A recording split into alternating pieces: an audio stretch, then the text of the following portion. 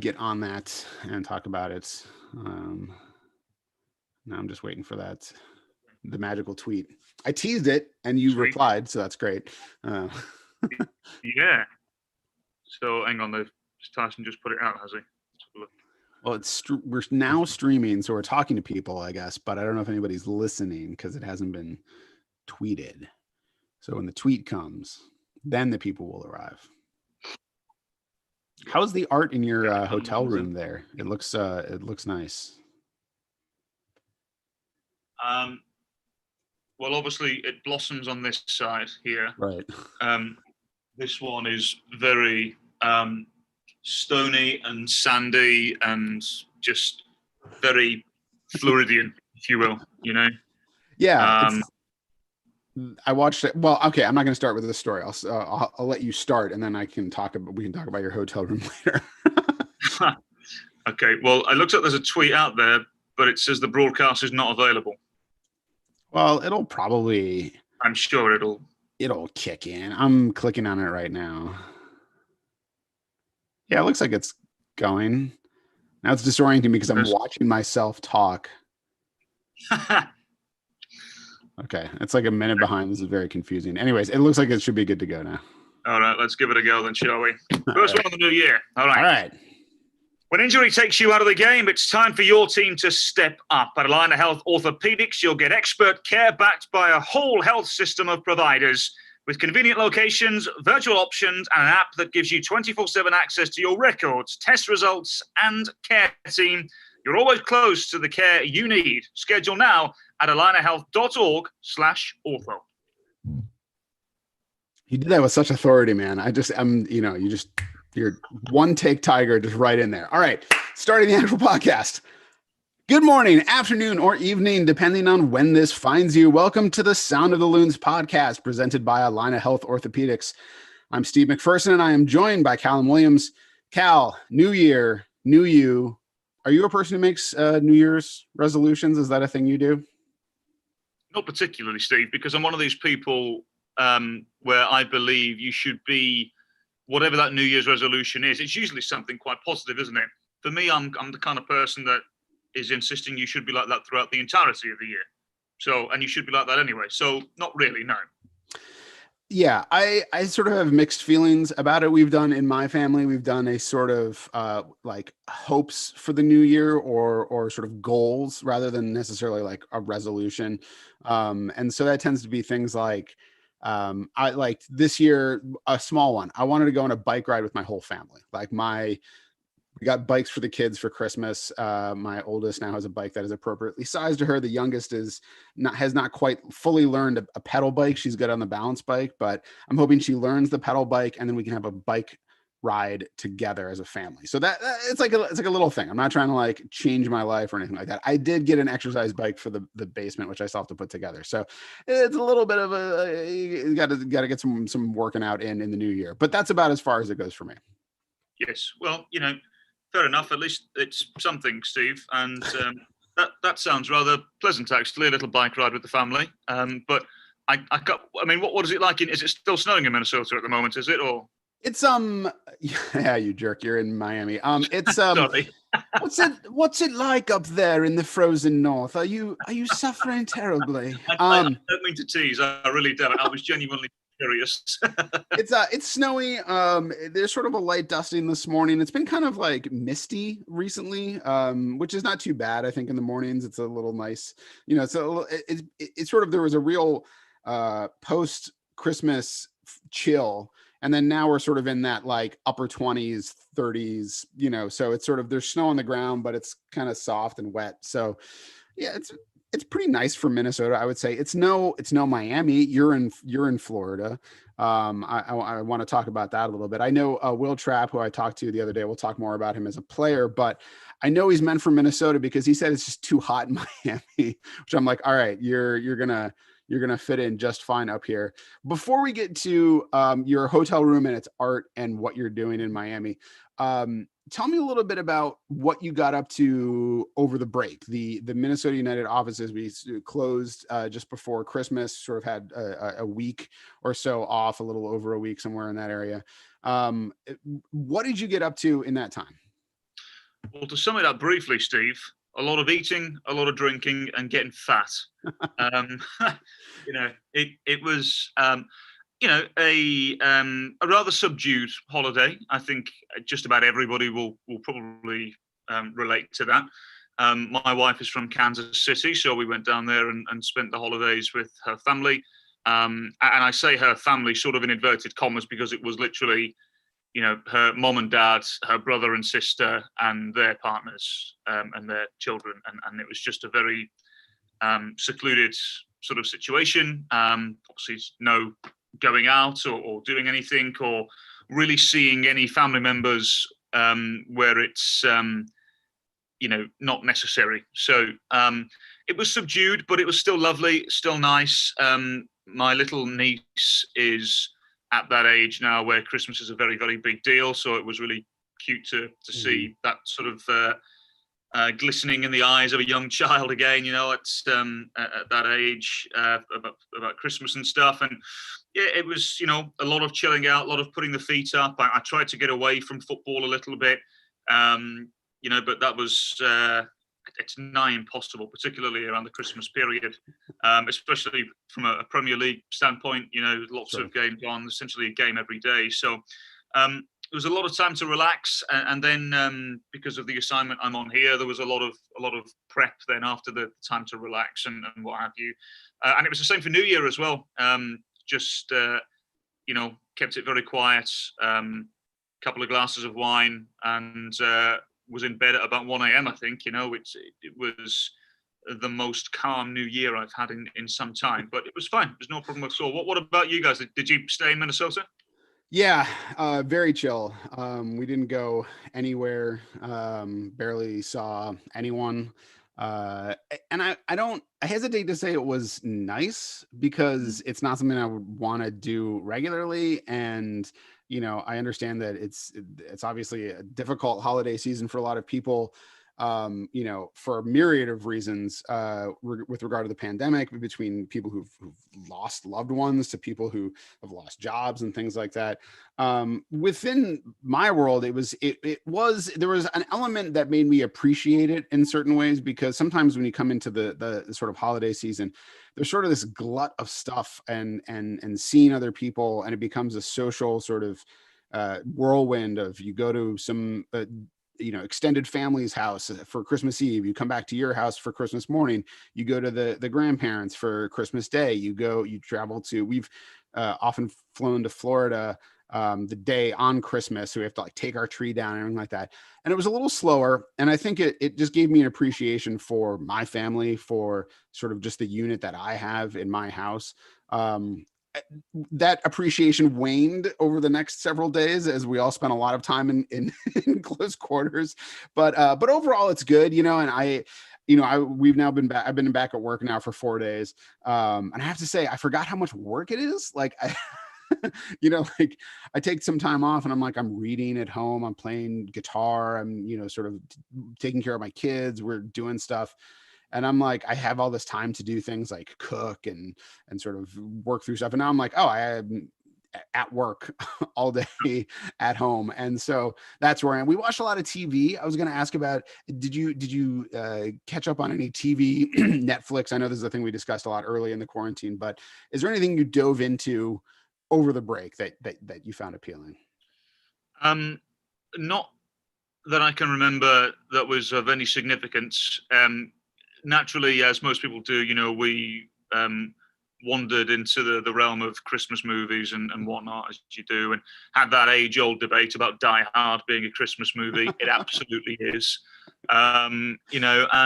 Just did that, really. I'm a big fan of, things like Love Actually and The Holiday. I'm one of those, I love those kind of movies, those little soft movies. I know I'm a big softie, but I do. I enjoy cuddling up with the missus, watching a movie like that, having a cup of tea, and it was very relaxing, But the one thing which I've been encouraged to do, and I will now do it because my best mate in the whole world from England, a chap called Carl, he bought me the Breaking Bad series. I've never seen an episode, which I know is shocking for a lot of people. It seems like everybody's watched it. So now I have I have no excuse. I have to watch it now. So the missus and I will find an appropriate time to watch it. We've got the whole, whatever it is, 8, 9 seasons. So when we have some time, we'll dive into that, I'm sure. We'll have to check with Casey Kobikoff of the digital and communications marketing team to see if she has watched Breaking Bad. She's notorious for having not watched anything, so we'll see if she's up on you as far as having seen Breaking Bad already. Yeah, we watched The Flight Attendant, which is on HBO Max, which is sort of a murder mystery thriller with Kaylee Cuoco, who is on Big Bang Theory. Is that right? I can't remember. She's an actress and she does great. It's a fun whodunit. It's not, I think it's maybe 10 episodes and it's entertaining. We follow that up immediately with The Undoing, which is also on HBO Max and is essentially like a really long Law and Order episode. You look like you have a point. This is with Hugh Grant, isn't it? Yes. Yes. The wife and I watched that. Recommend. Okay. Very good. Yeah, it was like, it didn't really, for my money, it didn't really become great. Like it did not sort of ascend to prestige television the way that, like something like Breaking Bad, The Wire, or something like that. It's about like, sort of the way that someone's belief in another person's is sort of eroded and, again, it's like a 6-hour episode of Law and Order. And, but it was, the acting was fantastic. I got to say, across the board. I'm not a huge Nicole Kidman fan, but I thought she did a great job. Hugh Grant does a fantastic job, updating his sort of like for, being a suspect in a murder and does a good job. Donald Sutherland also particularly excellent in this series. We then moved on to Alone, season 7, which we've talked about before, this reality show about surviving in the Arctic, which was, again, it's a great reality show, one of my favorites. Now we're in the Great British Baking Show, the most recent season. And I was saying last night we should combine the Great British Baking Show and Alone, where you have somebody who can bake and then somebody who's a survivalist, and they go in the woods and they have to, the baker has to bake for them. And then Paul Hollywood flies in and judges their bakes every week. So that's my new mashup idea for Netflix. But there's a lot of good stuff out there. Again, I wouldn't say anything's great. We watched The Queen's Gambit. I can't remember if we discussed that. Another show, very entertaining, not hugely great, like as art or anything like that. But I'm fine with being entertained right now. Let's move on to. I'm not going to talk about your hotel artwork too much. It's in the background and it looks stupendous. Tell me more about your role there. You were there for CONMEBOL. I don't know if it was a pronunciation of an acronym, but Libertadores. So tell us about the competition, and what you're doing. So CONMEBOL is, so you said it right, Steve. It is the South American region. You know how every in the world of FIFA there are footballing governing bodies, if you will. For example, North America operates in CONCACAF, and England, France, Germany, Spain operate in UEFA. CONMEBOL covers South America.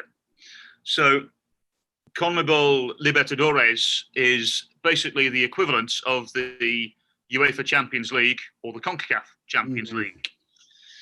So it's when all the best teams in the region get together and play a massive tournament, and everybody pays attention to it, and there's humongous crowds. Obviously not this time, unfortunately. It's a tournament I've certainly watched from afar in the past, for sure. So anyway, yeah, I've been calling the games from the semi-final stage. I was due to get involved next season, and we'll see what happens there. But I was asked by the production team if I would come down and do the semi-final and ultimately the final for a global audience. And I'll be honest, Steve, it's been nice. I really enjoy the Minnesota United gig, and I live in Minneapolis. It's a part of me now, for sure. But it has been refreshing. It's been quite nice to cover a tournament that I've watched from afar in the past.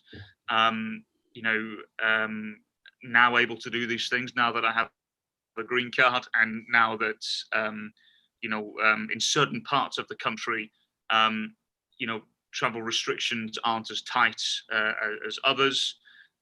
It's a shame I was due to go back to the UK and do some stuff there, but obviously COVID means that can't happen. So, it's been great, Steve. It's been really good. I'm working with a chap called Nigel Rio-Coker, who is former West Ham and Aston Villa Premier League player, obviously played in Major League Soccer with Vancouver, Montreal, and a short stint at Chivas USA as well. Tremendous chap, is new to it, but he's been really good to work with. And so far I've done the 2 semi-finals for the English language world audience, River Plate and Palmeiras, the first leg of the semi-final, and then the other semi-final yesterday I did Boca Juniors against Santos, and it's been great. It's been really good. And then there's a tournament underneath the Libertadores called the Sudamericana. And again, the comparison would be it's like the Champions League and the Europa League. And Sudamericana is essentially the Europa League of South America. So I'm doing the semi-final this evening between Coquimbo Unido and Defensa y Justicia. These are teams from Chile and Argentina. I've had to do a lot of prep. I in terms of the Libertadores, because of the nature of it, and because of how big it is and how well it's viewed on the world footballing stage, finding prep and doing the research wasn't too hard at all. But diving into a team from Chile who were essentially playing in the second division in 2018, and they've had a lot of turnover. It's a Cinderella story for them. It really is, where they are now. So that was intriguing. That took me a little longer to prep for than a regular MLS game would, for sure. But no, it's just been good, Steve. It's opened up, not opened up my eyes to a new region, because I was aware of it before, but I've certainly dove deeper into it than I ever would as a casual fan. So it's been great. It's been fun. And I'm due to do the second legs next week as well. So I'm back to Minnesota tomorrow for the weekend to see my wife. I haven't seen my wife for a few days. And then, as I said, I'm back for the semis, and then we'll crack on for the rest of the tournament. Nice. Who are the powers? Like, who are the favorites at this point through the sort of first leg of the semifinal round? Like, who do you think is going all the way? I would suggest people would pay close attention to Palmeiras, because already a Brazilian juggernaut, humongous club in the region, went to River Plate, who whenever you think of Argentine football, you instantly think of River Plate and Boca Juniors. That's the South American fixture, the Super Classico. It has been for many years and will do for a long time. So when you go to River Plate, I thought to myself, going into the game, I thought Palmeiras will happily take a tie of some sort, and if they get an away goal, it's amazing for them, brilliant. Palmeiras actually won 3-0, and it was shocking. I've never seen a team like River Plate, who were the favourites going in. No doubt Palmeiras, I think, are probably just about the favourites for the entirety of the tournament at this stage, but River Plate at home. I say at home because they weren't playing at El Monumental. They were playing at a different stadium, but whilst the current stadium gets some work done on it. But either way, it was still a home game for them. And Palmeiras came in and showed such endeavour and had no fear at all. And you could see as soon as they scored, their confidence grew completely. And as Adrian Heath always says, it's completely true. Goals do change games. And all of a sudden they got a second goal and then a third goal. And really, Steve, they should have had 4, maybe even 5. So River Plate completely imploded, and they have a humongous task in the second leg if they're going to get anything from it. And then Boca Juniors and Santos last night was a stalemate. Santos should have got a penalty, in my opinion. A name people will, I'm sure, know from that game was Carlos Tevez, playing for Boca Juniors. Still a lot of weight on his shoulders. I think he likes that. He still likes to be the centre of attention. It's his club after all, really.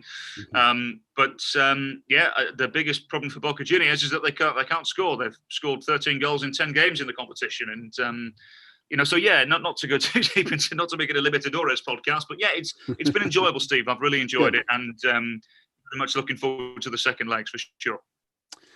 Yeah, I feel like Minnesota United fans will know Tevez at least from being the guy who is in the way of Emmanuel Reynoso, right? This is why part of why Reynoso was playing the 8 and not the 10 because Yes. Tevez is the guy there. So, Yeah. all right, let's move on to some more Minnesota United stuff. The arrival of Will Trapp, lovely chap. A hard time spelling his name. It is very hard to type WIL and stop right there. So I am learning how to do that. Great guy. I had the chance to talk to him on a loon dive. It seems very eager and excited to be in Minnesota, has family connections here. Has connections to Ethan Finlay. Obviously they played in Columbus together. And then Ethan Finlay also sort of had that coming back to Minnesota with family here, and Will Trapp's wife has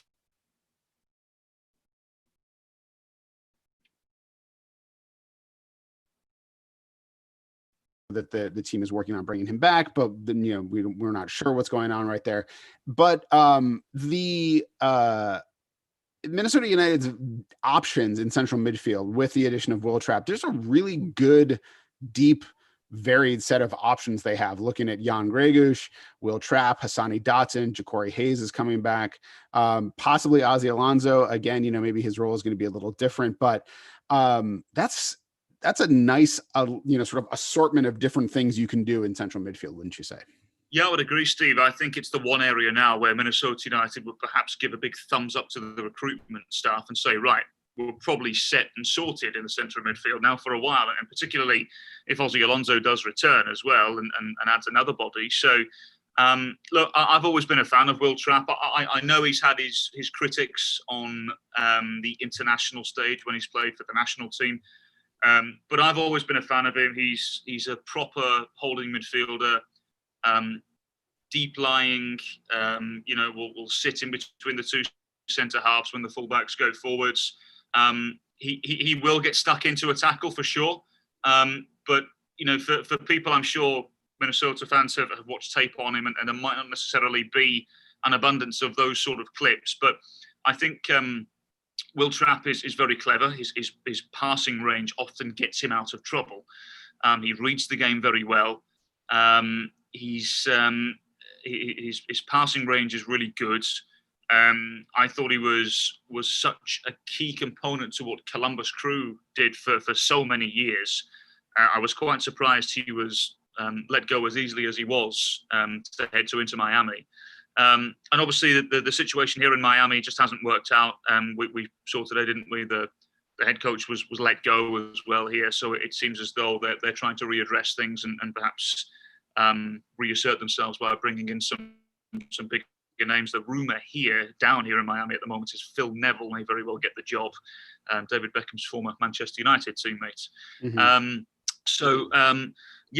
Look, I think Will Trapp's an excellent addition. As I said, Steve, I'm a big fan of him. I always sort of viewed him as being somebody, but one of a handful of individuals that I would have said, if you're going to go in the league to get a long-term number 6, once Ozzy is done, Will Trapp would certainly have been on that list. I think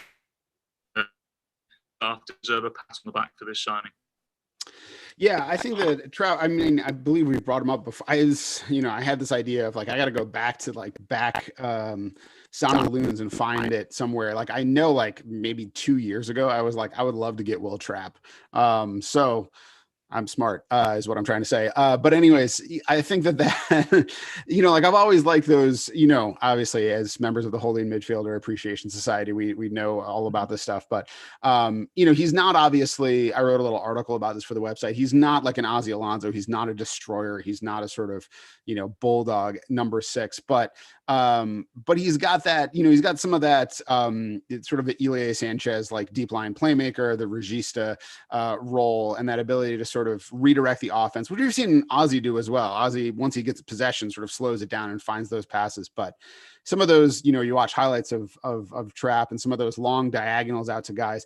It's exciting because I think it gives the team a couple different options. We've sort of seen the team be at times overlap those fullbacks and then send in crosses. That didn't happen as much toward the end of last season. It was a much more interplay between the midfielders. It was less direct. It was a little more creative. If you can have flexibility though to be able to sometimes find those long direct passes to spring counterattacks, but you can also play in with a Reynoso. I also think that, and I've brought this up before, I don't know exactly how this is going to work out. Obviously, there's still questions as far as the midfield, which we'll talk about in a minute. But I talked about last year that having Reynoso and Robin Lod, who are very willing defenders from the front, maybe opens things up a bit more for a player like Will Trapp, where it's not, the back line is very solid behind him. And he's got, attacking midfielders who are willing to defend at the point of attack up there.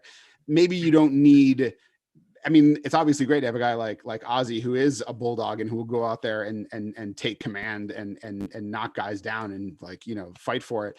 But, maybe you can find some other options in midfield that change the texture of the game a little bit. And I think that's exciting. Yeah, and like you said, Will Trapp, I think, is a little more composed than Alonso. And I'm not suggesting that Alonso isn't composed at all, but I think Will Trapp is a better passer of the ball. Sure. I think we'll see plenty of little clipped balls into the channels for the overlapping fullbacks and for the wide players. I honestly, Steve, I think it's a really, really, really good addition. And I'm interested to see who becomes.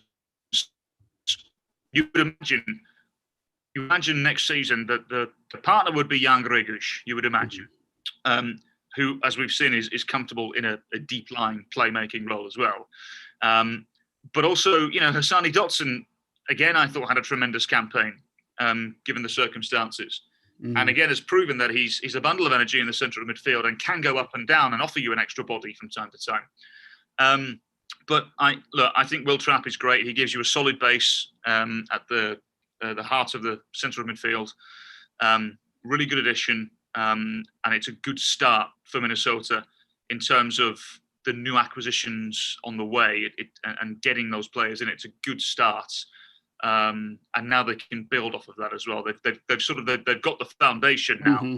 Now the question is, they look forward and look at what else they can add and where else they can add. But it's a good start in the transfer market to the 2021 season.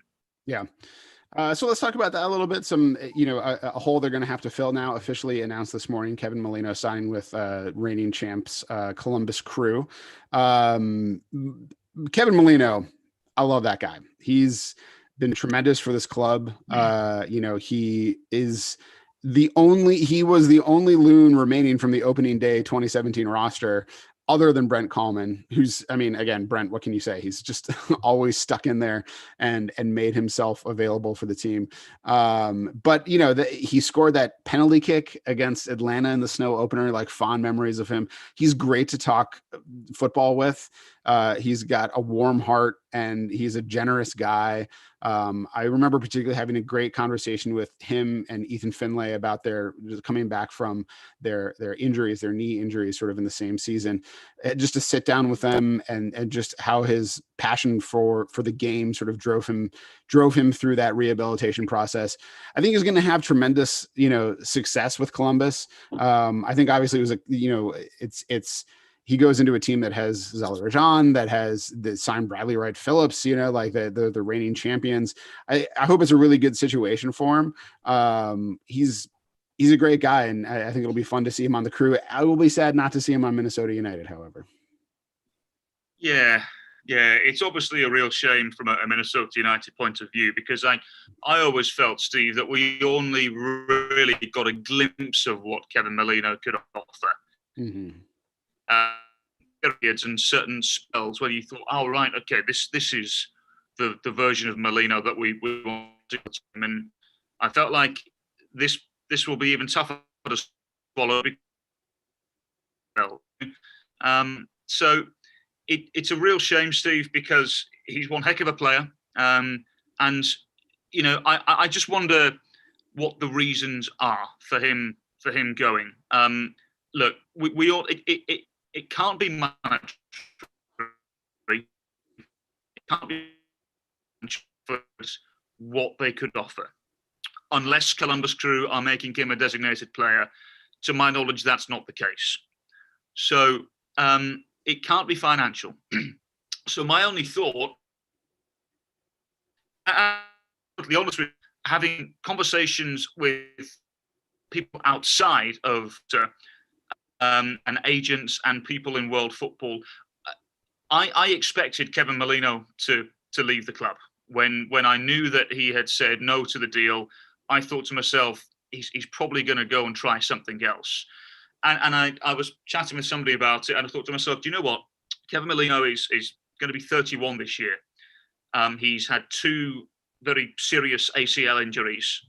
I don't know exactly what Minnesota offered, but I would assume it would be something along the lines of a 2-year deal, maybe with a 1-year option. And it sounds like he wanted 3 years guaranteed, and that's what Columbus Crew obviously given to him. I know there was interest in Molino from Japan and from the league, the Gulf League in the UAE. And I'll be totally honest, Steve, I thought to myself, and this is why I bring this point up ultimately, I thought as though, and it certainly felt as though Kevin Molino perhaps wanted a change of scenery. And I don't necessarily blame him for that, because it's a short career.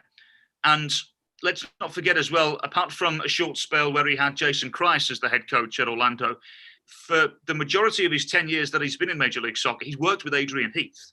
So maybe he just wanted to try something under a new coach. And that's nothing bad towards Adrian Heath or the coaching staff at the moment. Sometimes as a player, you just perhaps want to try something new. And it's nothing against the current project you're on. You just want to try something new.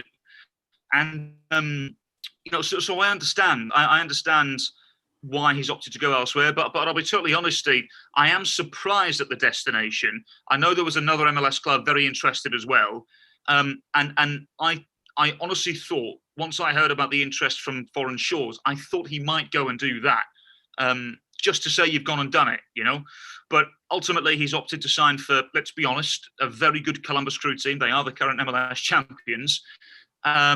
And it seems like there's a good project there. They're opening up a new stadium next year. They have a very good identity in the markets. I think it could be a defining year for Columbus Crew moving forward. So I can understand the attraction from Molino from Columbus for sure.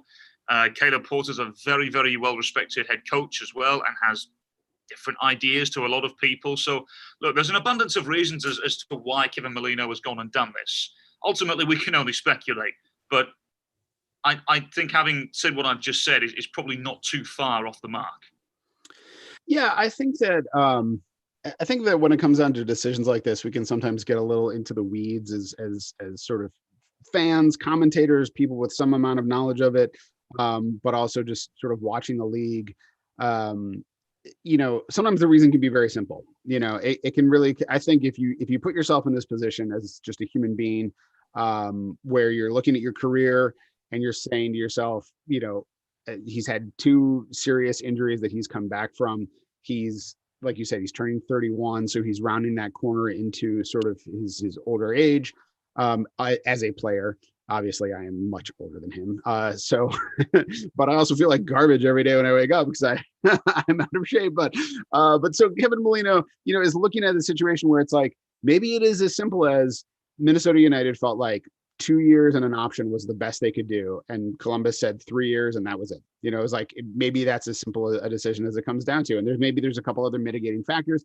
Just wanting to try something different. I get that feeling, that sense of just like maybe you want to try a little something different. Maybe the role that they've talked about is a little different. Sometimes we can get into overanalyzing this stuff, and sometimes it's just it could be a couple of simple things that tip you, one way or another.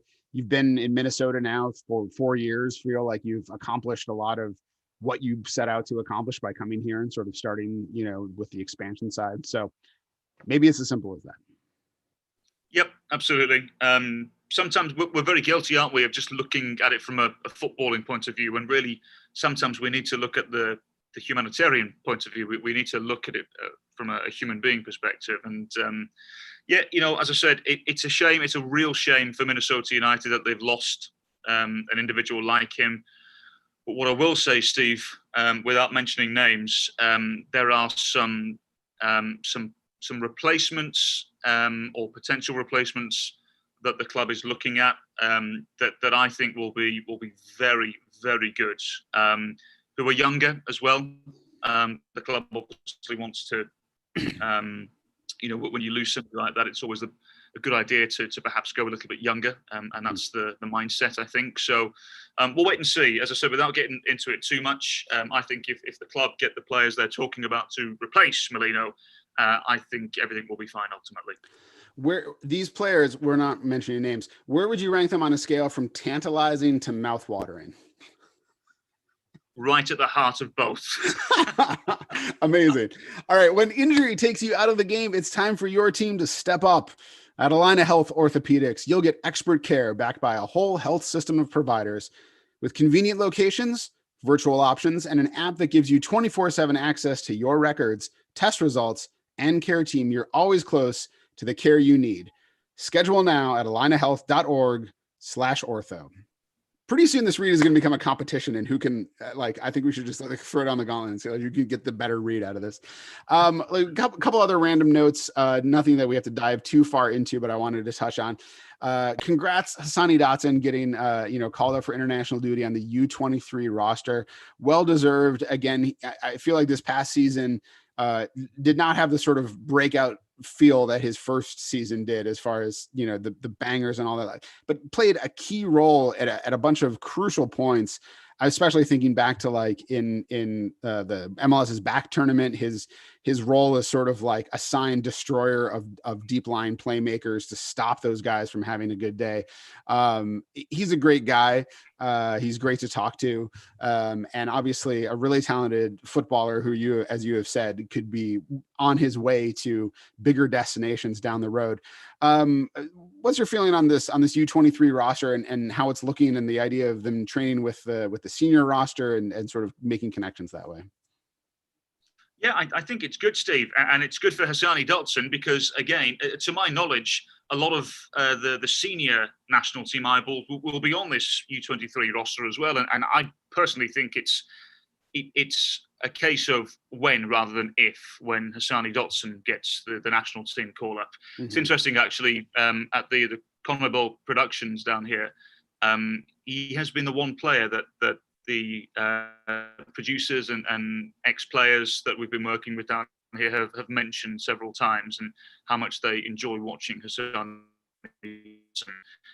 Obviously away from the one they're very familiar with in Emmanuel Reynoso, but sure.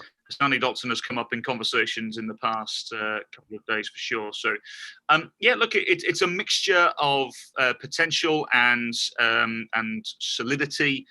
I think it's arguable to say, Steve, the next couple of years are beyond important for the national team because I think at this next World Cup in 2022, the United States can make a real statement in terms of how serious they are in terms of becoming not quite a footballing powerhouse in the world, but in terms of how much they've grown and how much the world needs to be paying attention to the United States national team. We have an abundance of young players coming through. We have more players than ever before that are playing at very, very high levels across the world. And it seems as though, Steve, every time these younger players are coming from the academies, they're getting better and better every year, and now we see there's been a couple of FC Dallas players that are going to train with FC Bayern München. Players like Tanner Tessman and Jesus Ferreira, they're going off to train with Bayern. And I know there's a little bit of a connection there with the two clubs anyway, but I don't think that would have happened 5 or 6 years ago, So, and these lads are all 19, 20, 21, and I had this conversation yesterday with somebody. The collegiate system is what it is, and it's good. It produces talent. There's a reason why it's there, and I don't think it'll ever go away, nor should it. But it does say something when you are someone like a Tanner Tessman and you are 19, 20. You've already had a season, maybe 2, of professional football under your belt. You might not have played as much, but it's just about being in that professional environment and being a professional player. Now you're going to train with one of the biggest clubs in the world. You may very well get a game or 2 in the reserves. Obviously, I don't know how the contracts are going to work out, but that would be my assumption. What a fantastic experience, and what a chance to learn from one of the top football clubs in the world, and from a life point of view as well. What an experience. And it's an experience that you probably more than likely wouldn't get if you were still a collegiate soccer player. So I'm a big fan of the homegrown system. I think the homegrown system has given us more potential than ever before. And the fact that this national team roster is littered with homegrown players from Major League Soccer, it says a lot, Steve. And I'm really excited to see what the U23 national team looks like over the course of the next few years, and then moving into the senior national team as well. I don't remember, Steve, ever feeling this excited about the potential of the men's national team. Mm-hmm. And that says a lot, because this country has developed some wonderful players. Not enough, but they've developed some good players. But now it seems as though the potential for this national team is beyond anything anybody expected, particularly at this stage. I think everybody thought at one stage the national team would grow and become something. But at this stage, I'm not entirely convinced people thought it would happen this early. So there's an abundance of reasons as to why this has happened. But ultimately, Steve, I think if you're a US soccer fan, you should be very excited about the potential of this team. Yeah. Let's shift to another a USMNT vet, Matt Beasler, moving to Austin FC. He was really Mr. SKC for a long time. And we sort of knew this move was coming in December. It was addressed, Peter Vermees essentially saying that, because it's a salary cap league, you just can't keep players around forever. He moves on to an expansion project. I've no doubt as, he's entering the last part of his career, he provides that sort of gravitas, if you will, as a respected veteran who's been a captain in MLS going to a team that's an expansion team. What's your feeling on, the salary cap thing is one of these things where I'm sort of stuck in between good and bad with regard to the ability to retain players, because if it were easier to retain players, I don't think it would mean as much when teams really do hang on to players for a long time, when because Beasler's obviously been there forever. He's been there longer than Vermees, I believe. He's been there since they were the Kansas. No, he was there when they were the Wizards, but Vermees was drafted him, right? So he's been there forever, and they've hung on to him for a really long time. When you move on, sometimes your hand is forced a little bit. There's a part of me that feels like that is maybe a good thing in sports, that there are some mechanisms that kind of make shifts happen and keep stagnation from occurring and players simply becoming sort of totems for a team. It'll be fun to see Beasler go into an Austin FC team that needs leadership, that needs a guy who's got that experience. So I find myself sort of stuck in the in between there. Where do you land as far as that kind of thing? Well, first of all, Steve, Beasler is a perfect signing for an expansion team. He is a leader. He's someone that people look up to. I mean, he was the starting centre half of the 2014 World Cup for the national team, and he played every single game. So, and he's been in and around the national team roster for many a year. So he's a great signing and still more than capable of playing at this level. So, but look, the salary cap is something that was put in place to ultimately make sure what happened in the old North American Soccer League back in the 70s and 80s doesn't happen again. And it from a financial point of view, it prevents people from going overboard and overspending and ultimately going into the red, which is a good thing in my opinion, because there are so many clubs, and I mean big clubs, that are in the red and operate on a massive loss and operate under huge amounts of debt. That's not what US soccer, that's not what Major League Soccer wants to do.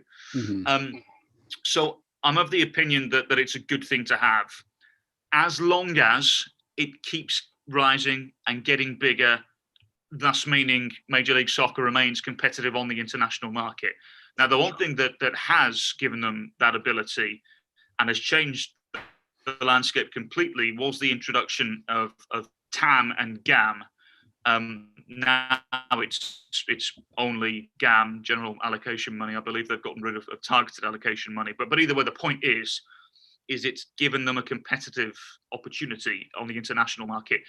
Originally, it was only supposed, to my knowledge, it was introduced to say to, the 15th or 16th player on your roster, hey, you're earning such and such money, we'll give you another 10 grand a year or what have you. That was the original intention, to my knowledge. But there's some very clever people in the recruitment world who have used it for other things, and it has changed Major League Soccer for the better. It really has. There's been a lot of players, Steve, who prior to the introduction of it, they wouldn't be anywhere near Major League Soccer. And maybe only a handful of them would, because they would have been designated players. They would have been because of the salaries and because of the transfer fees as well. So,